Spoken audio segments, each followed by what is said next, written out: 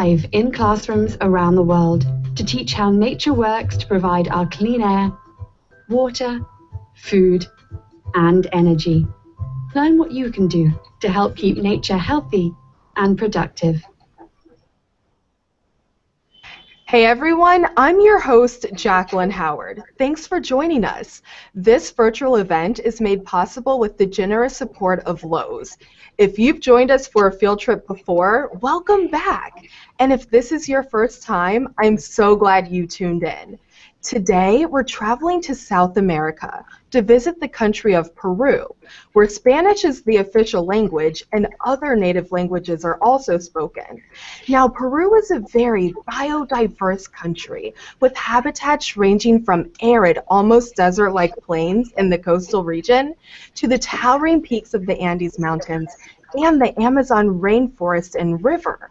You may already be familiar with the rainforests and mountains of this country, but there's a whole other side to it that we're going to explore today. We're going to visit the coastal region of Peru. This area is absolutely amazing, and it's home to the famous Humboldt Current, as well as millions of seabirds, dolphins, whales, thousands of sea lions, and even penguins. I've seen some of the video and photos, and it's a pretty incredible place. Just take a look.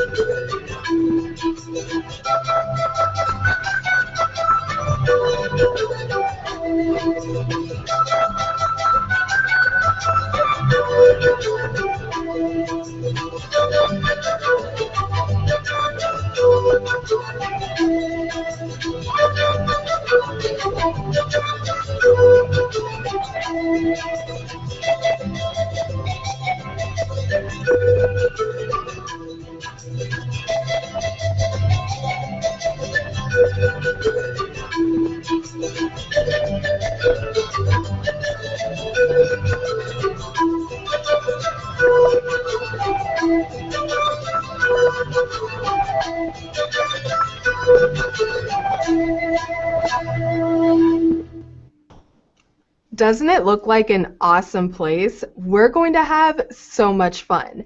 Now, before we get started, I'd like to welcome our guest classroom.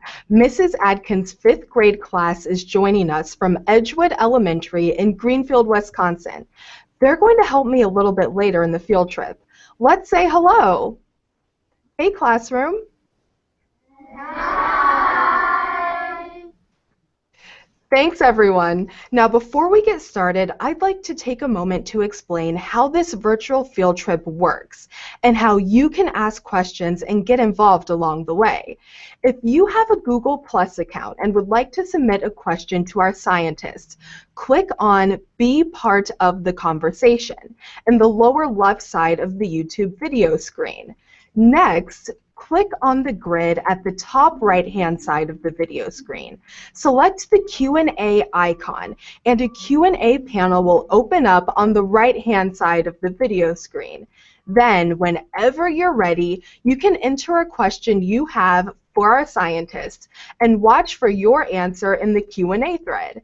Now, I know we have lots of classrooms tuning in from all over, so let's go ahead and practice by typing where you're joining us from in the box on the bottom right.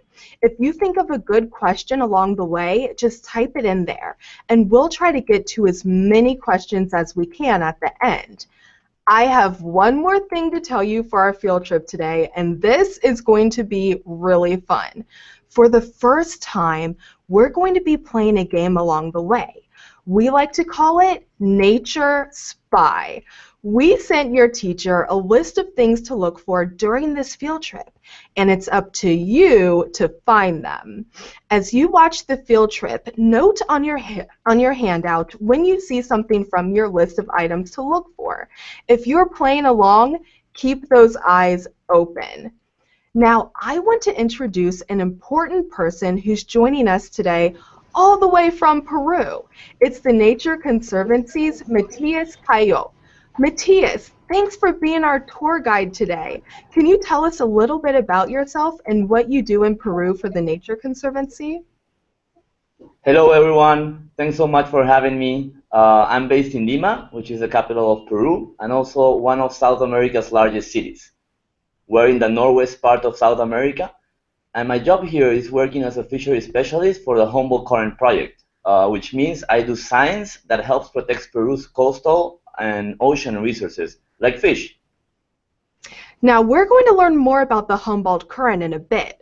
But Matias, tell us more about why you got interested in this kind of work. You must really love the ocean. I really do. Since I was a kid, I've been really connected to the ocean. My dad was a diver, and he would take me along on trips to the shore. My parents said I used to walk around the house when I was little wearing masks and fins saying I wanted to be a marine scientist. And now that's what I do. I really love it. That's a great story, Matias. You dreamed about studying and working with the ocean, and that's exactly what you're doing now. So can you help us understand the geography in your area a little bit more? I know a lot of Peru is known for having rainforests, but Matias, this coastal area is a bit different, right? That's right, Jacqueline. The area of Peru that we're touring today is quite different than a lot of the country. Here in the coastal region, it's very dry, and desert meets the ocean. We're traveling to the Paracas National Reserve today, which is the oldest marine protected area in the country. And it's home to many different animals that are endemic to the area. That means that Paracas is home to species that live only there. They can't be found anywhere else, so that makes this ecosystem a very unique place. Yeah, I can't wait to learn more about all the animals in this area. So what else can we find here as well? People have been living and depending on this rich marine ecosystem for thousands of years. In fact, one of the first stops we'll make on our tour today is a geoglyph. So a geoglyph is an ancient artwork drawn into a landscape by people living in the area a very long time ago. This one is called the candelabra. I've seen geoglyphs before, but it's amazing to me that the geoglyphs at the candelabra are cut 2 feet into the soil and may be seen as far out as 12 miles at sea. So when you visit the Paracas National Reserve, you tour it by boat. Let's hop on and check out our first stop, the candelabra.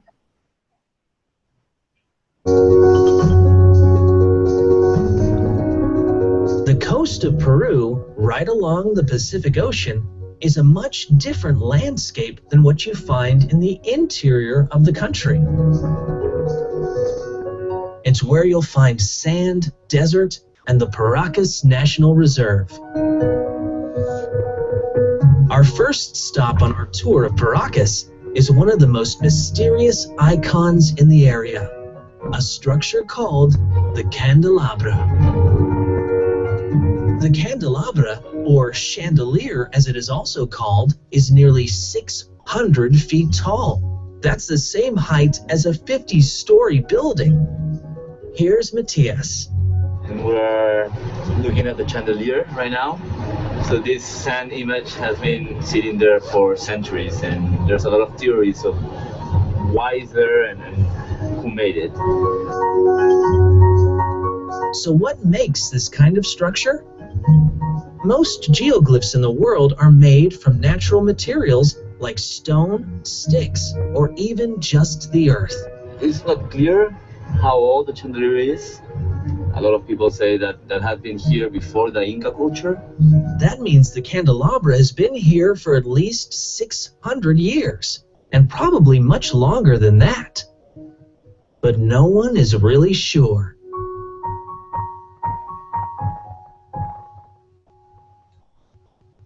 Wow, I know I learned a lot from that video. I really didn't know about this part of Peru, and that candelabra is so cool. Yes, it's really amazing to see.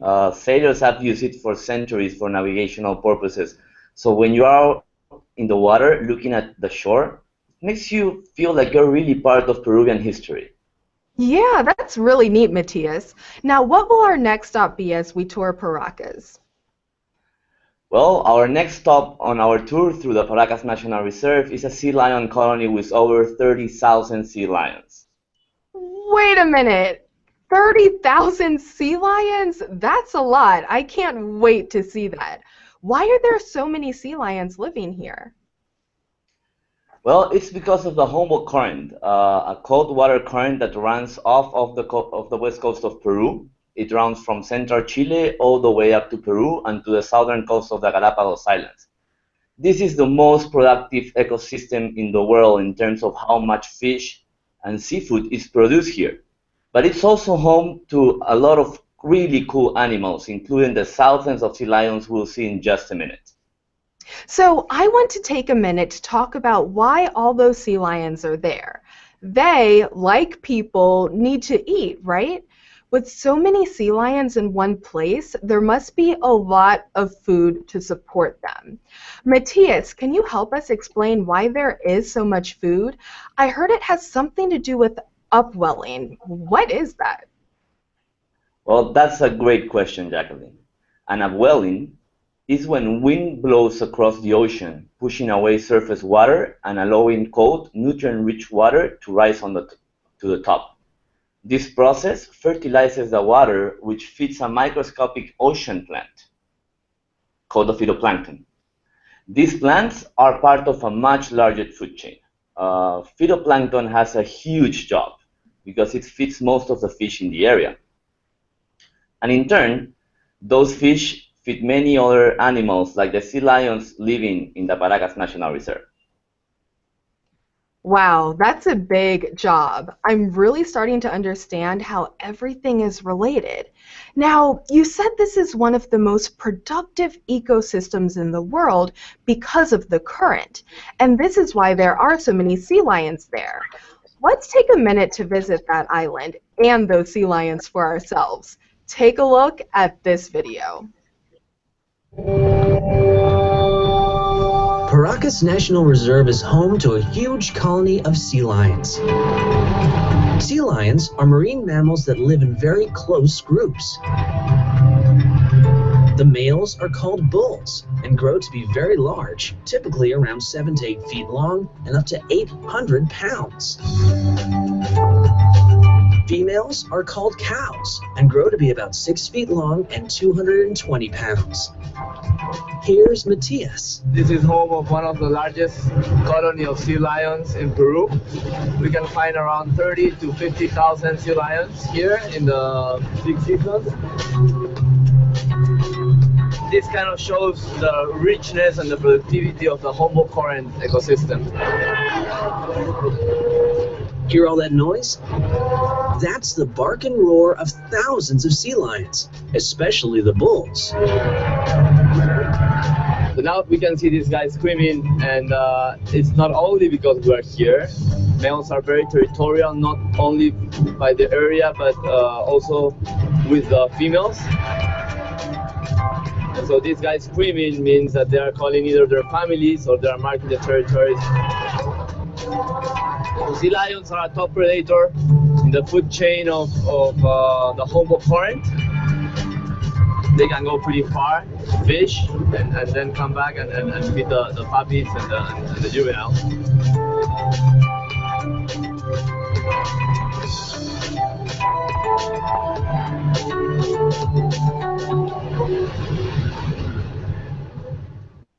That's so cool. There are so many animals here. If you have any questions about sea lions, go ahead and type it into the Q&A box.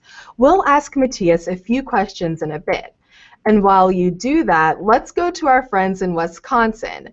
They've been studying sea lions, and they're going to share some cool facts with us.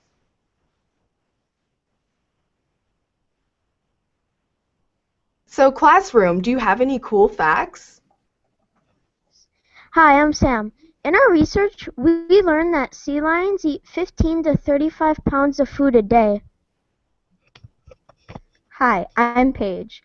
Male sea lions have a patch of short hair around their heads similar to a lion's mane. Hi, I'm Abby. Sea lion pups annually enter the water when they are 3 to 4 weeks old. Wow, thanks Abby and the rest of the classroom. Those are some awesome facts. Thanks for doing that research and sharing them with us. So we know sea lions are great at fishing, but they aren't the only ones fishing along the Humboldt Current. Not only do they have to share it with other animals like dolphins and birds, but they also share it with another animal, us, humans. Fishing is big in this area, right, Matthias? That's true. Fishing has been part of Peruvian culture since the start of civilization. And Peru has one of the largest fisheries in the world that handles more than 6 million tons of fish a year. So 6 million tons is equal in weight to around 400,000 school buses. So this is a lot of food for the world, and it also provides jobs to more than 100,000 people. So yes, this is a very important industry for the people of Peru. Yeah, let's take a look to see some of that fishing in action. And don't forget to look for some of your Nature Spy items. Matthias, where are we headed to now on our tour of coastal Peru? Well, we are going to leave the Paracas National Reserve and visit a coastal fishing village called Ancon. There are many of these types of villages along the coast of Peru where people fish to feed themselves and their families. And they also are taking fish to markets to sell. Remember how we talked about all the fish that fed the sea lions? Those fish are also important to humans. In fact, even though this area only represents 0.1% of the world's ocean surface, it produces 10% of the world's fish. That is some serious fish production happening in just a little part of the world. Let's watch a video with Matthias talking about fishing in Peru.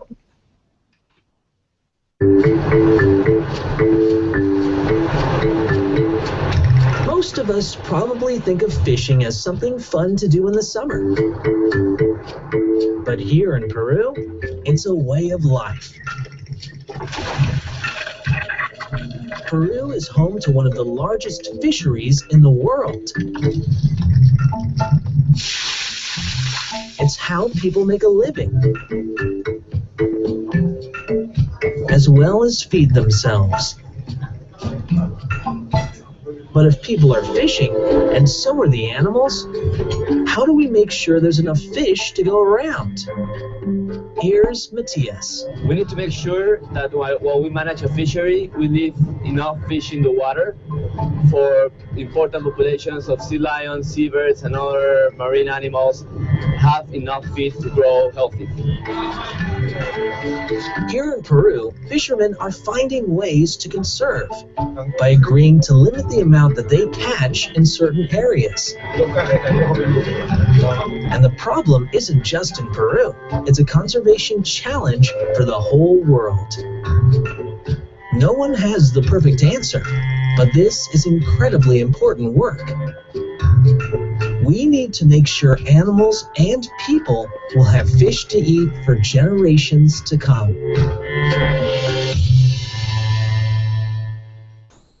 It's so cool to see a small glimpse of the fishing that happens every single day in Peru. And now it's easy to understand why there are so many sea lions in that area. But they aren't the only animals. Matthias, can you tell us about some of the other animals we might be able to see in this area? Yeah, the animal life in the area is really pretty amazing. Not only do you have lots of sea life like these sea lions we already seen, but there is also an incredible amount of bird life too. In fact, in just a minute we will see the Humboldt penguin. That's right, a little penguin that lives along the coast of Peru. This particular species of penguin can only be found in this part of Peru. I can't wait to see it. I'm so excited. But next we're headed back to Paracas to check out even more of the wildlife that depends on this very important coastal ecosystem. First, we thought it would be fun to do a little pop quiz to get us ready. Here's how it's going to work. I'm going to ask you a couple of true or false questions, and you type into the box your answer. Are you ready? True or false? The Humboldt penguin is the only penguin found in warm climates like Peru. Now, while you think of your answer, keep in mind, penguins are native to Earth's southern hemisphere, which is the half of the planet that's south of the equator. But are they generally known for living in cold areas? Do you think there are other penguins that live in warm climates? The answer is false. We will see the Humboldt penguin in our video today. But there are other penguins that live in warm climates too. For example, the Galapagos penguin lives off the coast of Ecuador. Also, the African penguin is found along the southwestern coast of Africa. There are others too. So yes, there are other penguins in warm climates. Okay, question number 2. Flamingos get their pink coloring from what they eat. Go ahead and type in whether you think that's true or false. Now, flamingos are really cool birds, and we're all familiar with their pink feathers. But did you know that the flight feathers found beneath their wings are actually black? You only see these hidden black feathers when their wings are extended. But let's go back to our true or false. We're going to go to our classroom again to figure out how flamingos get the pink coloring in their feathers. Classroom, can you all give us the right answer? This one is true. When flamingos are born, they aren't pink at all. They're actually gray. But when they feed on crustaceans like shrimp or crab that contain a natural pink compound, that turns them bright pink as well. Nice job. Thanks for sharing that answer. It's really interesting. Now let's go back to Paracas in the following video to learn about some of the other animals in Peru that depend on the richness of the Humboldt current.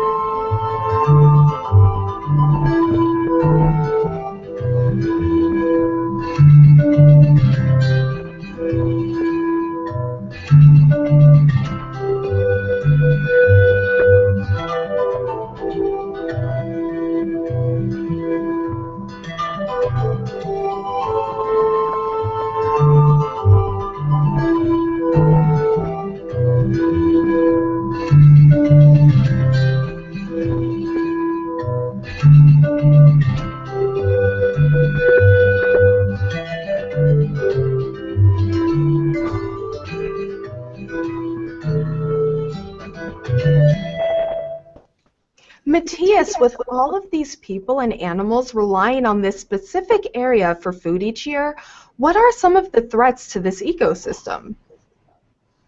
Well, overfishing is a concern, and it's something that we're working on with the fishers in this area.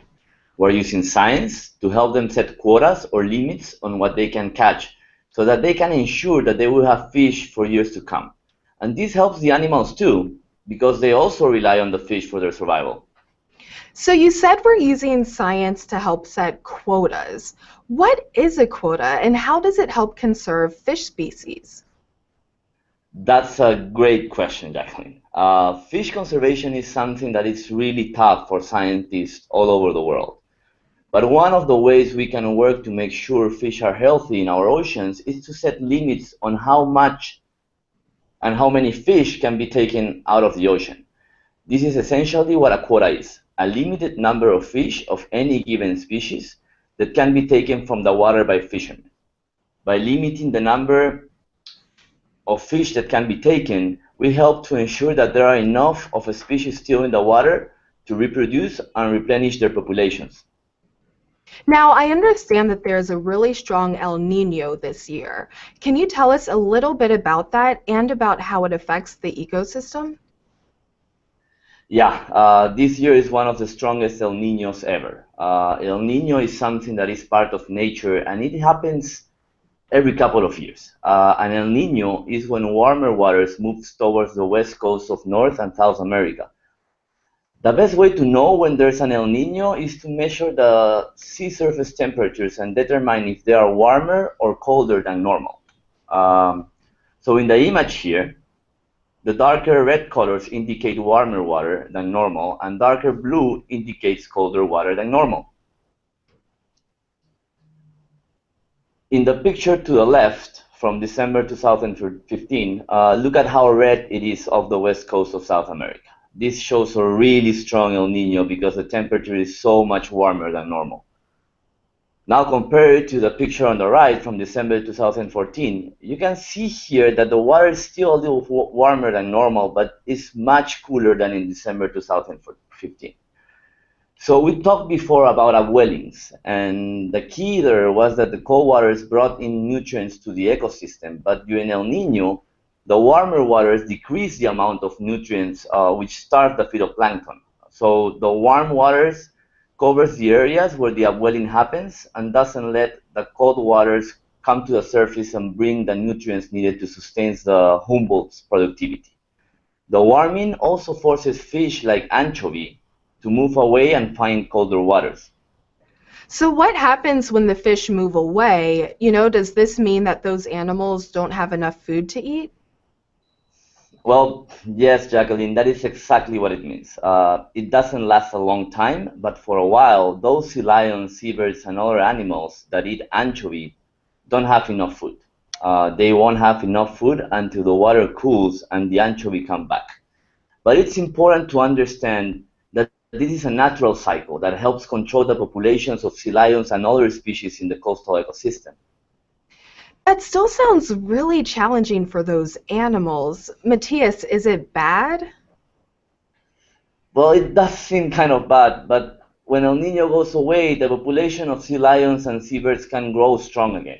This is how animal populations work in nature. There has to be something to keep populations in control, or the species themselves can overpopulate an area and use up all its resources. In this case, El Niño serves as a natural process to ensure that these islands don't have too many sea lions on them over time. However, El Niño still stresses the ecosystem, so it's even more important that we humans don't put more stress on the ecosystem. And overfishing, for example, or taking too many fish in the water during El Niño is something that can really stress a coastal ecosystem. So let's think about ocean health for a moment and what we can do to help right here in the United States. Now, some of us live near oceans and some of us don't, but we put together 4 things that anyone can do to support ocean health.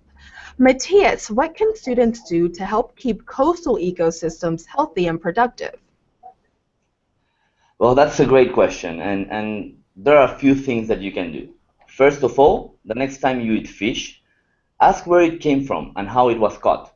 And if available, eat responsibly caught seafood. If it's not, just by asking questions, you are creating awareness that responsible seafood is important. You can find information on which fish to avoid on the internet. Fishwatch.gov, show here, is an example of a great place to find more information. Another thing you can do is remember that all drains lead to the ocean. Some things you flush down the toilet or rinse down the sink can be dangerous when they make their way to the ocean. What you do on land should be done with the ocean in mind, no matter where you live. Those are great suggestions, Matthias. Another thing you can do is drink from a reusable water bottle.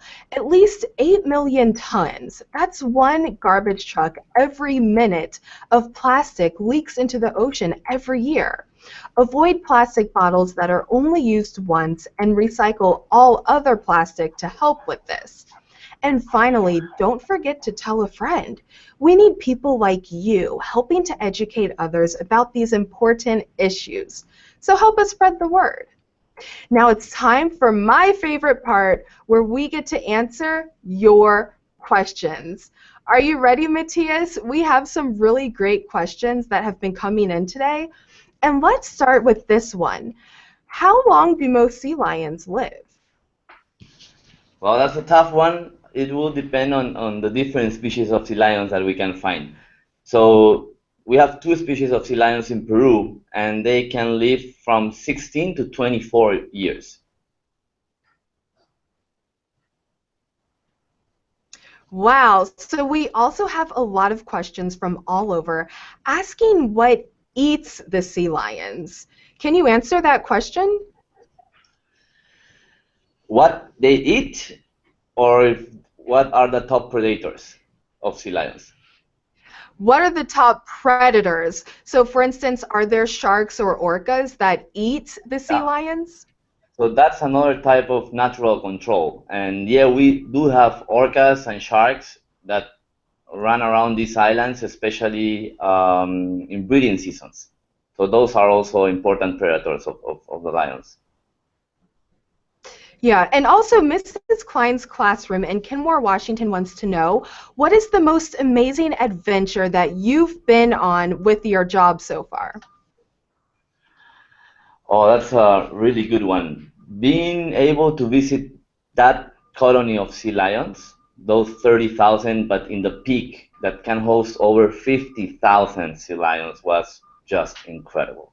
And being able to swim with them was a very interesting thing. Yeah, that sounds really incredible. And you know what? We have one more question coming in from our classroom. So classroom, are you ready to ask your question and hear Matthias's answer? Hi, I'm Anson. Can you tell us how long the pups stay with their mother? Hi, Anson. Yeah, it also will depend, but puppies depend entirely for their mothers for about 11 to 12 months. So it depends on each puppy, but it's about that. And Matthias, Susan Scott has a question about pups. She said that we have lots of pups and in California this year. So are you experiencing the same in your area? Are you seeing many, many pups? Sadly, this has not been a very high year in recruitment of sea lions. Last year was amazing, and we were able to visit the colony during puppy time, and it was incredible to see those many puppies in the shores. So hopefully next year it's going to be better. that's great. And Winifred Gaynor asks, what is the climate like in Peru? Right now, it's super warm due to El Nino. We are experiencing the warmest climate or highest temperature of the last, I'll say, 30 years. So it's pretty warm. During summer, it gets way colder. Yeah, and many students want to know more about the fish. What are the most common species in the area? And do you have a favorite fish in the area? And what kind of fish do you like to eat? Well, the most important fish and fishery is the anchoveta. That's the largest fishery in the world, and we land about 5 to 6 million tons of that tiny fish every year. My favorite fish, that's a really good question. I love sharks. I really like sharks. I'm scared to them, but I love them. I think that they are amazing animals, and we need to learn a lot about them. And for eating, well, I love to eat fish, so I can eat from an anchovy to a halibut. I love all of them. So what I would usually prefer is to get fish that I know that is responsibly caught, no matter what species it is. Yeah, that's important. And student Angie Kendall asks, are people worried about the candelabra eroding away? That's a really good question, and yes, luckily, the candelabro is part of the Paracas National Reserve, so it is protected. Um, the reserve is sitting there for the last 35 years, so before we have had some events that have damaged it a little bit, but incredibly enough, it's still sitting there, and so it is protected, and it is exposed to a very windy area, and it's still sitting there. It's amazing. So we are not that worried about it, but we are taking care that none of human impacts are created around it. Yeah. And Devin wants to know, how many days do you spend doing research on the ocean every year? Oh, that's a good question. I would love to say every day, but it's not the truth. We still have to do a lot of desk work. But I'll say that at least 2 days every week or three, I'm in the ocean working, and I'll probably spend most of my weekends also around the ocean. I really love it. So if it's not working, it will be surfing, sailing, or diving. So that's the life. Well, that's a lot of fun. So Christina wants to know, how does technology assist with fish conservation, and how could technology assist with fish conservation, especially in the future? Well, technology is big, and it's going to be even bigger. The problem with fisheries management is that it's like very similar to forestry management. The difference is that you can see a tree, but you can't see the fish. So that makes things a little bit more complicated. Technology is helping us to understand what's going on beneath the surface. And so as technology improves, we are able to have a better idea and a better understanding of how the ocean works. So we are starting to use some technology here on tracking the boats and knowing where they are going and what they are catching, and trying to connect that to the market so people know where their fish come from. But we're using technology in a lot of ways, and hopefully it's going to make our lives way easier. Yeah.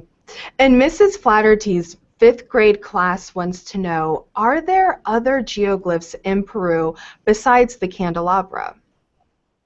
Well, the candelabra is one of those, but there's this huge area very close to it. It's like 50 kilometers away, that is called the Nazca Lines. And we have several species or several types of geoglyphs there. We have representations of monkeys, of birds. I don't know, we have a lot of figures there. So they are very typical for that area of Peru. This one is probably the only one that is that close to the shore. That's what makes it so impressive. Yeah, and this whole time we saw many, many animals in Peru, and here in the United States, squirrels are common. Fiona wants to know, does Peru have squirrels? We do. They are all over the city, actually. So yeah, we have squirrels, different types, depending on where you are. But we have different species in the coast, in the Andes, and also in the Amazon. So yeah.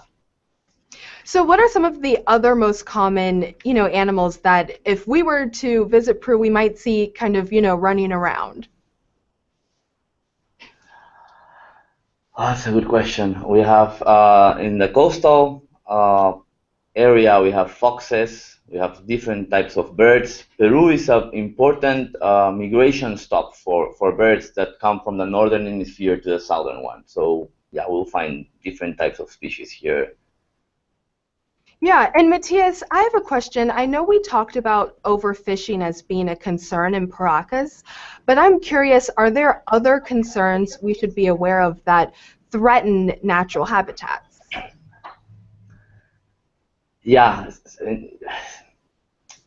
I will say that most of the impacts that are being created in Paracas are created by humans, and so overfishing is very important. But littering, for example, it's also a huge problem. Paracas is open to visitors that can spend the nights there, and we need to be more conscious that when we are visiting a natural area, we bring back whatever trash we generate. So littering is generating some problems, but we're working on that.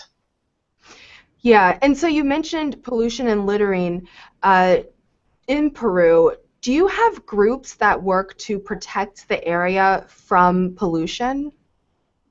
Yes, and we have a lot of volunteer groups who are working with schools, not us, but our partners. And so we are trying to create a conscience that we can make a change, and we can make a change. We don't need to be scientists. So kids in school can collaborate on working with us and trying to make a positive change and preserve these beautiful places that we've got.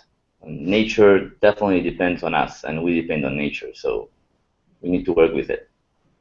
Yeah, and that question about pollution came from Miss Brenda Todd's fifth grade class. So I thought that was a great question, and thanks to the classroom.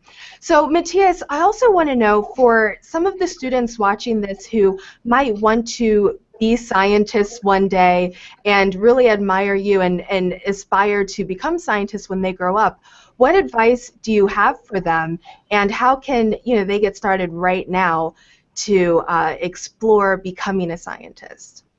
Go out and enjoy nature, get connected with nature, and go for it. It's a beautiful career, and you will feel rewarded for it. So get into science classes, read science stuff, and it's fun. It's super fun. Yeah, I agree. It is super fun. And also, one really cool thing about science is we really aspire to answer questions. So are there any questions that you yourself are working to answer in your own research? What are some mysteries or unanswered questions about, the habitat that scientists are working really hard to solve and figure out? Oh my God, we have so many right now, and it's hard to think about one, but I'll say that how much can our activities can actually incorporate this ocean variability and the risk associated to it. How can we, as scientists, um, be able to incorporate all this variability to be able to give correct advice to the fishers and make sure that during El Nino event we are not putting more pressure or stress on the system. That's a key one. Yeah, yeah, that's a great response, and it does sound really fascinating. So I know we learned a lot about Peru, but I'm curious. We looked a lot at the animals in Peru. What's your favorite animal anywhere in the world, and why? Oh my God, that's also a very tough one. I love marine animals. I love otters. I really love them. I really enjoy watch them floating on their backs and yeah, rubbing their bellies. I love them. I don't know. It's just such a fussy animal. I really like it. And what's the most fascinating animal that you yourself have come in contact with and held and saw up close? 2 years ago, I was lucky enough to swim with whale shark, with several whale sharks actually in Mexico, and they are incredible. It's such a beautiful animal. It's so elegant, massive. I don't know. It's just nature being nature, perfect. You know, it was really really amazing for me to see that. Wow. A whale shark. Can we really, describe for the classrooms how massive a whale shark is? When you were there, I mean, kind of swimming right next to it, how large did it look and how big were you compared to the whale shark? I'll say that it was, I don't know, 4 or 5 times bigger than me. I'm not that tall, but still, it was incredible. It was, I don't know, over 20 feet. Hmm. Incredible animal, not afraid, not challenging us, just swimming and being majestic. You know, the largest fish in the ocean. You know, I don't know. It was incredible. Yeah, yeah, that is really, really incredible. So for some students who do get to, live by the ocean, or for those of us who may vacation to the ocean, while we're there, in the marine habitat in person, what advice would you give to us to really explore and take in the experience? Should we try to snorkel? Should we try to, check out the sand? What advice would you give for us when we're at the ocean ourselves? Get in the water, respect the ocean, please, always. That's a very important thing to have in mind. Don't be afraid of the ocean, but respect it and yeah, try to connect with it. If you are able to snorkel, go for it. If you are able to take diving lessons, which are important to have a lesson, and you are able to go with an instructor, go diving. If not, just walk through the beach and enjoy it. It's incredible. Yeah. And which animals and species are the most endangered, in the ocean and the marine environment? And how do we, address that issue?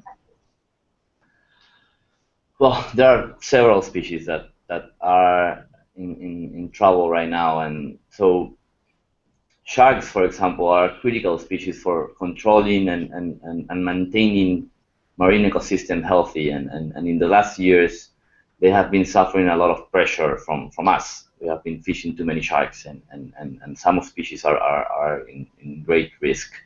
So those ones need a lot of attention, and sea turtles.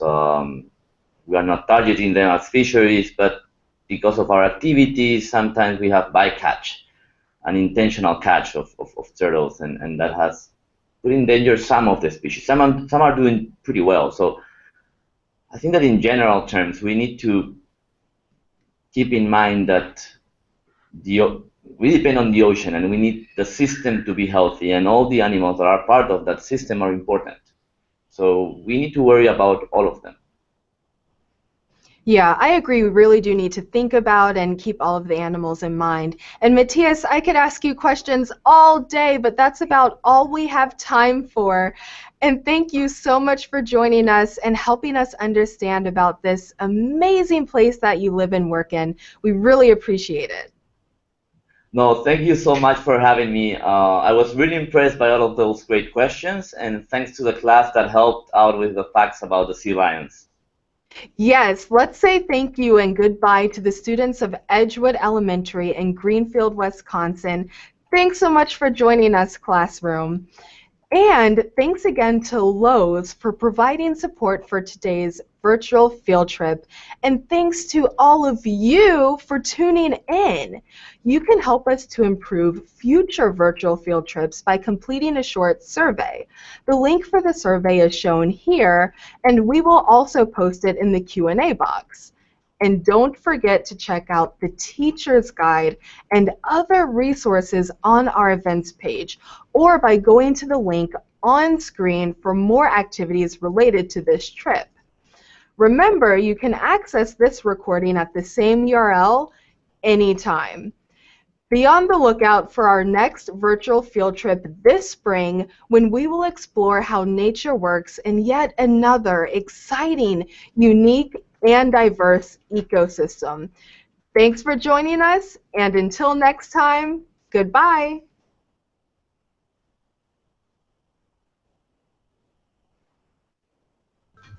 Learn what you can do to help keep nature healthy and productive.